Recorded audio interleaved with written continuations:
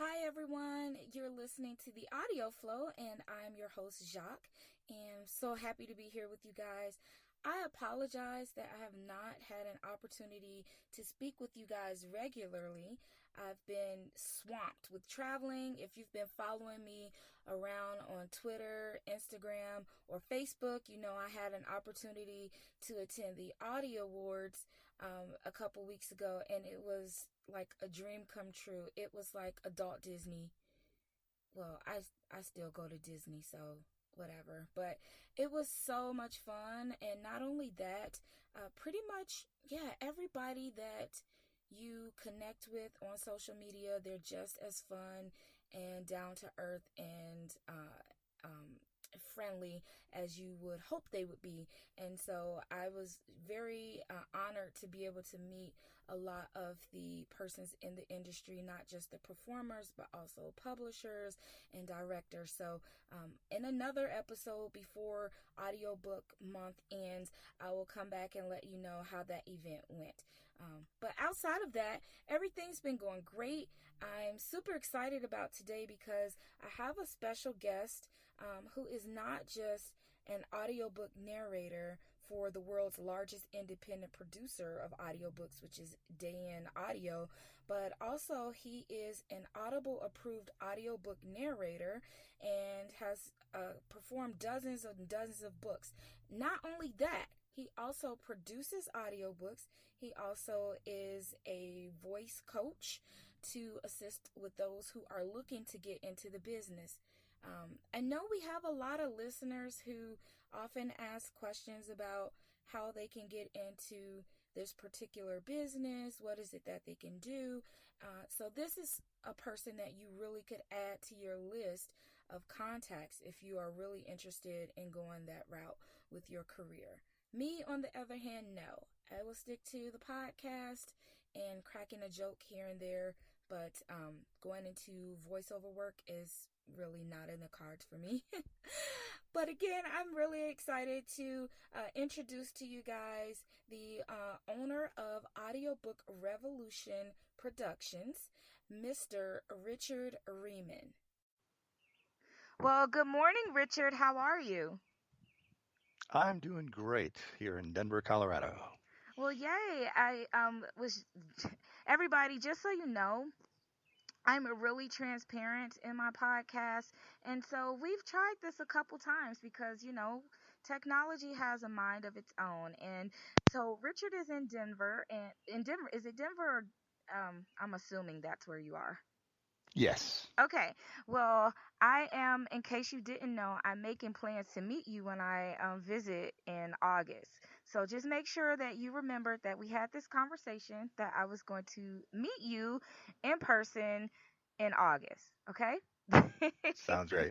Well, welcome to the show. Welcome to the audio flow. I'm really excited to have you on because technically you would be um, the first person that I've had an opportunity to speak with who not only is a voiceover performer or narrator, I'm not sure which title you'd like to go by, but also you produce audiobooks and you also are a voice coach. So you've you kind of do it all, and Yes, and one more thing, I'm an author.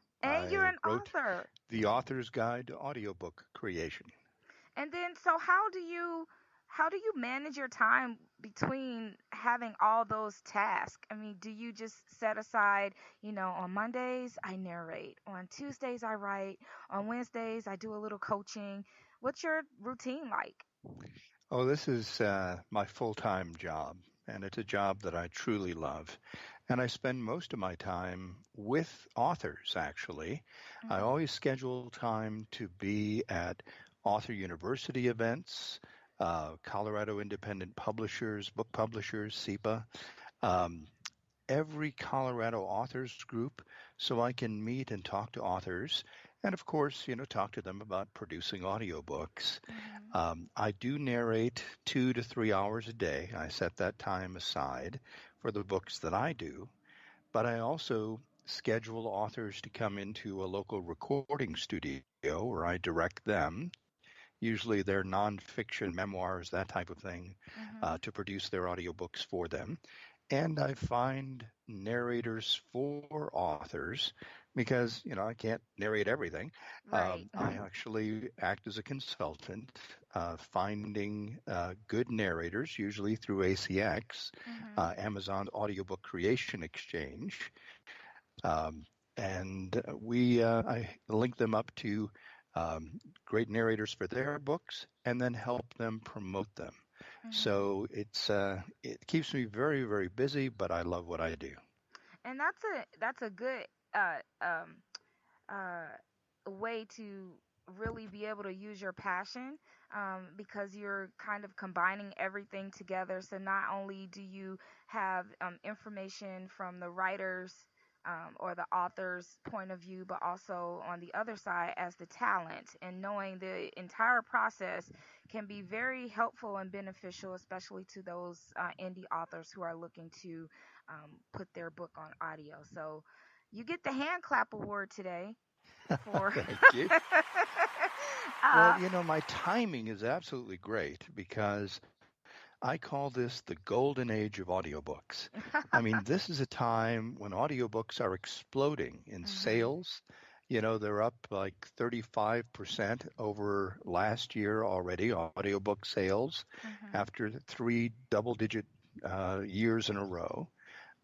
Things are exploding, and the technology is all headed the right way. I mean, people are listening over their phones, uh, right. listening to podcasts that lead them to audiobooks, listening on Amazon Echo devices. 16% of people are now listening to audiobooks on their Amazon Echo or Google Voice or other voice technology. Mhm. So it's crazy the way it's headed. Yeah, and of course we know that those numbers are going to steadily increase, and it's interesting that do you find that authors, or have you run into a situation where an author is, I won't say against creating an audiobook, but they, of course, have those bumps where they think it's too expensive or they don't think it is necessary per se? Have you run into authors like that? And if you have, how were you, or how are you able to kind of persuade them in a direction of really giving that audio book a chance? Yes, it's always, especially authors who don't listen to audiobooks themselves, they Mm-hmm. don't understand the fanaticism that exists in audiobook listeners, by genre. Romance listeners love audiobooks.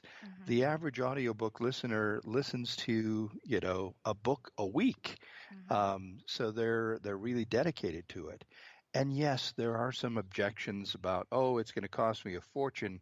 I spent so much money producing the printed version of my book. I don't have any left over for an audiobook. Right. And it used to be true that audiobooks cost, $50,000 to produce if you went to Hollywood and New York. But these days, specifically because of ACX, as I mentioned, acx.com through Amazon, you can produce an audiobook for no money up front Right. by sharing the royalties you get on each sale with your narrator slash producer. So it's an investment. You become partners in producing your audiobook, and it's a great investment because people who buy the audiobook will also buy the printed version, or Amazon has a thing called Whisper Sync where you can get the Kindle version and the audiobook version, a discount on either one, and you can be reading your Kindle and stop and then get in your car and pick up the audiobook where you left off and vice Mm-hmm. versa. So the technology is all headed in the right direction for the popularity of audiobooks. And one final thing is audiobook prices are much higher than like ebook prices, Mm-hmm. much closer to your paperback prices. So you have a chance to make more money per sale. So the objection of it costs too much. I mean, sometimes it'll cost you $1,000 or $2,000, depending on the length of your book, if you want to keep all of your royalties and don't want to share them. But you can sell 200 audiobooks and make that investment back. And then from that point on, it's pure profit. And you're using existing material. You're using a book you've already written. So the Mm-hmm. heavy lifting is already done. Right. And so, how do you incorporate that into clients or authors that you speak with about promotion? Because, of course, there aren't many promoters of audiobook per se. So, as in writing, of course, they have PR companies who handle that and they do blog tours and those type of things, but you don't see a lot of that specifically for audiobooks. So, how do you kind of lead them in the direction of promoting the audiobook either with your assistance, or what kind of tools do you give them to make sure that they're maximizing promoting their particular book to the right audience? Yes, I help authors with promoting the audiobooks because you're right. There are very few dedicated places for audiobook promotion. One of them is audiobookboom.com. Hmm. Audiobook Boom, basically you give away gift codes now that you get from Audible. If you do a book through ACX, you get 25 gift codes and you use those in exchange for reviews. So you get paid if somebody downloads your book, even if they're using a gift code, and you can get reviews. So it's double bang for the buck. There are also some sites specifically by genre. Audiobookraviewer.com, for instance, does mainly science fiction, fantasy, and thrillers, but you can get your book reviewed on Audiobook Reviewer to that specific genre's audience. There are a tremendous number of Facebook sites by genre for audiobooks. They offer an opportunity for you to publicize the fact that your audiobook is out there. You can give away an audiobook a week or join contests. And also there are podcasts that are dedicated to audiobooks, once again, by genre. Hmm. Romance books, thrillers, science fiction, fantasy. There are podcasts that are dedicated to those audiobooks with exactly the audience you want to reach. Right. And so the main thing is really more so as if they're speaking with you as a consultant, is really understanding um, uh, knowing where the resources are and how to be able to find those groups and things like that. And for me, I just Google is everybody's best friend. That's what I say. You just go on there and you kind of use Google, or go on Facebook and you type in audiobooks and then type in that genre, and more than likely you'll come up with something. So um, that's my 2 cents for today. I'm piggybacking off of what Richard said. Yeah, and I would also recommend KarenCommons.com. Okay. Karen, COMMINS.com. Karen Commons does a wonderful job with links on her blogs about places to market your audiobook. So Mhm. there are resources out there, if you're willing to Google them and Mhm. find them, that can help you promote the audiobooks, and Mhm. they don't all cost. I mean, that's the real challenge, Mhm. is how much do you spend to promote an audiobook? Mhm. And you really don't have to spend a lot if you know the right places to go. Right. Right. So have you had any experience or run into any authors who decide that they want to put their book on audio and they opt to narrate them for themselves? Yes, and when it comes to nonfiction, especially a memoir, it can be a great idea. Nobody knows your words better than you. Mhm. If you have a public speaking background, if you have an acting background, even if you've been like a teacher, usually you will be comfortable in front of a microphone and be able to narrate your own book. Mhm. But the challenge really is that not everybody should narrate their own book. A lot of people just, they're reading out loud. They don't understand that it's a conversation you're having with your listener. Mhm. You have to, in your mind, be talking one to one with somebody and explaining things. Some acting goes into, even if you're doing nonfiction, really, it helps because, uh, and it's a marathon, not a sprint. It Mhm. takes a long time to get an audiobook produced. 2 hours at least for every hour of actual audio recorded is a good guide. And then the fun part, he said sarcastically, is the editing. Um, yeah, taking out all the mistakes, the loud breaths, the burps, the dogs barking in the background, all that stuff is a real pain if you Yes. don't have that kind of background. Mhm. So you may end up needing somebody to actually do the editing for you, even if you do narrate your own audiobook. That's why it's good to use professionals to help you. Right. And I agree with that. Even in podcasting, I will be the first one to admit I do not enjoy editing, and it's probably the least um it's the thing that I know the least about. And I have a degree in broadcasting. So you would think I would know something, but that was eons ago, Richard. I know nothing about the new technology. I feel like really ancient when it comes to certain things. So it's all Well, about you're not ancient. I'm ancient. I was in radio, back in the 70s. I worked at WMAQ and WLS in Chicago, oh. in the radio news world, and then went on to RKO Radio Network and Mhm. being a Washington bureau chief and all that fun stuff.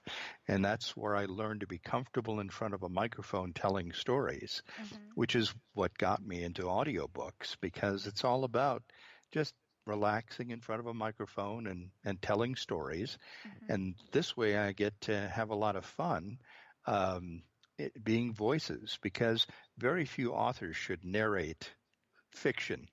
That's the challenge. They've created the characters, but the voices have to be differentiated, and there's a Mhm. lot of acting that goes into it. So unless you're like Neil Gaiman or somebody who just happens to be an author actor, you really want to hire somebody because some of your characters, you may have a German character, you may have a Russian character, you may have an old prospector. I mean, there's just really a number of things that you can have in your book, especially science fiction, where I had to do one with 6 different aliens. Oh It's gosh. like, oh, geez, I can do I can do 3 aliens, but how do you do? After a while, it's like maybe I'll just do ET phone home. What do you do for alien number 6? So They it's just a sound real, normal. That's the yeah, human alien. it's a real challenge. I love you said so many good things in there, and now I have to backtrack. So, okay, so from Gary, Indiana, and so when you mentioned Chicago and WLS, I mean, I think that was Channel 7, I think. Yeah, it was TV Channel 7, but it Yes. was the big 89 on the Yeah. radio. WLS Chicago, I the love it. big 89. That's when I was there. Had a lot of fun. I was 19 when I started at WLS. Um, I basically had to drop out of college when my dad died, and I had called WLS from Southern Illinois University while they were having some anti-war riots. And Mhm. I said, look, I'm inside the ROTC building. They're trying to burn it down. Do you want anything on this? We're rolling, kid. And that's how I ended up getting into Chicago Wow. radio right out of school. Wow. And what was your background? What's your degree in? Well, I broadcast journalism. I when I started out, I started as a professional writer in second Mhm. grade. I would write stories about my classmates and put their names in them Mhm. and charge them a nickel to read them. So I was a professional writer, and that's how I got my comic book money. And I wanted to be Superman, but I couldn't fly, so I settled for being Clark Kent. Always wanted to be a reporter, and that's was my first true love was broadcast journalism. Mhm. It seems to be a theme over the last few weeks as I've chat with people, not just in with audiobooks and narrators, but also authors. A lot of them came from that particular background of broadcasting and the news, and then they all decided to go into writing or narrating, which I think is amazing. So, but yeah, I'm not following in those footsteps at all. I'm gonna just stick with podcasting, and I will interview talented people like yourself who gave me King Arthur earlier. I think, didn't you? Yeah, the high school acting part, that helped actually as I, you know, got into the audiobook narration part. Knowing how to, excuse me, knowing how to create voices and use them, you can take, hmm, there's a frog in my throat. I can take one voice. I needed a voice for a wizard in a video game that I voiced. And so I thought, okay, Harry Potter, the wand shop. And Hmm. I said, I'll take that voice. Harry, so good to see you again. I gave your parents their wands. And you take that voice. And I said, okay, I have a children's book to narrate, so I'll use that voice. Once upon a time, there was a fairy who had but one tooth. And then I had a horror book to do that needed kind of a magic type voice character. I'm Dr. Walter Freeman. I'm a psychiatrist in the 1950s, and I do transorbital lobotomies. I use an ice pick and a hammer. But don't worry, it won't hurt very much at all. So, so you basically, you could use one voice in many different ways. But you sound like you have so much fun when you do this, and I know that you mentioned earlier that you enjoy it, and I can hear it in your voice when you were just doing that little sample. How much fun that you actually have with it, and I love that. I love that you actually can listen to other things, and it kind of guides you into which direction you want to go in with that specific book. And I really could probably listen to you all day. And so, but I will tell you that I did go and listen to a sample of your latest release, and I'm not gonna try to pronounce it because I know it's German, right? It's a German book. Um, is it Auschwitz? Yes, it's Auschwitz number 34207. See, I was Uh, close. I was yeah, really it's an close. amazing book. Written about Joe Rubinstein, who survived the Auschwitz concentration camp in Germany and became one of America's top shoe designers. Mm, And Joe is still alive. He is now 96. wow. Um, when we did the audiobook version of his book, I brought Joe into the studio here in Denver. He lives in the Denver area, and had him record the first line of every chapter. So Oh. Joe would start out, I saw it with mine own eyes. And then I picked up the narration of his story from that point on. It's an amazing book, Auschwitz number 34207. It's won some awards, like the Evie Award Hmm. here in Colorado. I'm very, very proud to have done that one. I think it's an amazing story, and I think in audiobook love, I may have mentioned to you that I wanted to kind of broaden my horizon with what books that I listen to on audio, and this is one that I downloaded because it's really outside of probably a book that I would pick up. I wouldn't read it. I probably just couldn't read it. But listening to it is so much more better. It's so much better, not more better. Gosh, really bad grammar. It's so much it's so much better because I get to hear how you portray the characters. I get to it's like listening to radio, I guess back in the day before TV. And that's how I look at this, and I'm excited about listening to it this week. Yes, audiobooks, are theater of the mind, and it's just um, so great to have the opportunity to, you know, listen to books while you're doing other things, while you're Mhm. driving, while you're working, while you're working out. All of those things, you can use the time to absorb all these books too. Mhm. So it's a great opportunity. And it hasn't always been there because audiobooks, when they first came out, right after World War One, were actually illegal Wow. for sighted people to buy, Hmm. um, because the publishers and unions said, no, well, they'll cut into book sales.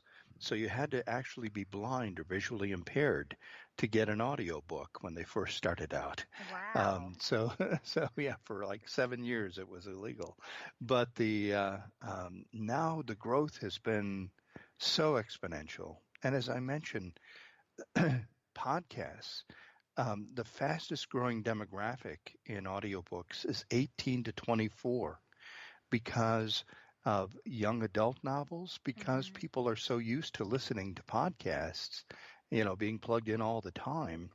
I had, a teenager come up to me and said, "Oh yeah, audiobooks. I listen to those all the time. Those are the long podcasts." And I said, "Yeah, that's exactly what it is. They're just long podcasts." That's a nice Um, way to say it. I never thought about it that way. yeah, The extended version of a podcast is an yes, audiobook. exactly.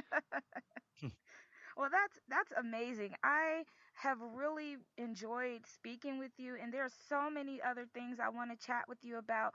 But I would love to bring you back a little bit later after Audiobook Month. And the reason why I'm glad that we had this chat during this month is because, again, you got to give us some good information about industry news and how to break into the business. And I want listeners to be able to know how to find you online and social media. So if you could let us know how we can find you, either Facebook, Twitter, Instagram, your website. I want people to know how to find Richard. Richard Rieman, spelled Richard Ryman, Riemann. everybody. Yes. Riemann like a demon. Yes. Um, my book, well, start with my website is audiobookrevolution.com. So you can contact me and find out about what I do at audiobookrevolution.com. And my email is richard at audiobookrevolution.com. I am basically audiobook creation on Facebook, facebook.com/audiobook creation is my site there. And I'm at Richard Rieman, Rieman, on Twitter. So you can reach me all over the place. He's everywhere, and make sure that you follow him. And then Richard, do you have anything coming up after, in July that we should be looking out for? Well, I'm always producing audiobooks, and the next one will be The Reluctant Jurist, the first of a tale of a series of books about a lawyer who envisions himself as kind of an Indiana Jones type of character. That's going to be fun. I have a Sherlock Holmes follow up book after that, The Widow of Dartmoor, Hmm. coming out. It's actually Sherlock's nephew Oh, who nice. has moved to the United States. So, these are the types of interesting variety of books that I'm doing. I've got a chance to talk to the Ghost Town writers of Georgetown here in Colorado in August. Oh, nice. And that's going to be a lot of fun talking to the ghost writers. So there's a lot going on. I really love what I do. Well, good, and I can hear it again. I can hear it in your voice that you love what you do, and I love what you do. And so, thank you for all that you do for the community, for authors such as yourself, for narrators, just all around. We thank you for bringing us the information and assisting others with being able to make their dreams come true, so they can be just as happy as you are in the future. And thank you, Jay, for having me on. I appreciate it. You're so welcome. Well, this has been the audio flow. I am your host, Jacques, and I again would like to thank our special guest, Richard Rieman, like demon. Gosh, I don't want to say that. That sounds weird, but Richard Rieman. for being Screaming Richard Rieman demon. Yes. yeah, for being on the show with us. Be sure that you're following us on Facebook at The Audio Flow, also on Twitter at The underscore audio underscore flow, and also on Instagram at The Audio Flow. We try to keep it consistent. Until next time, love at first sound.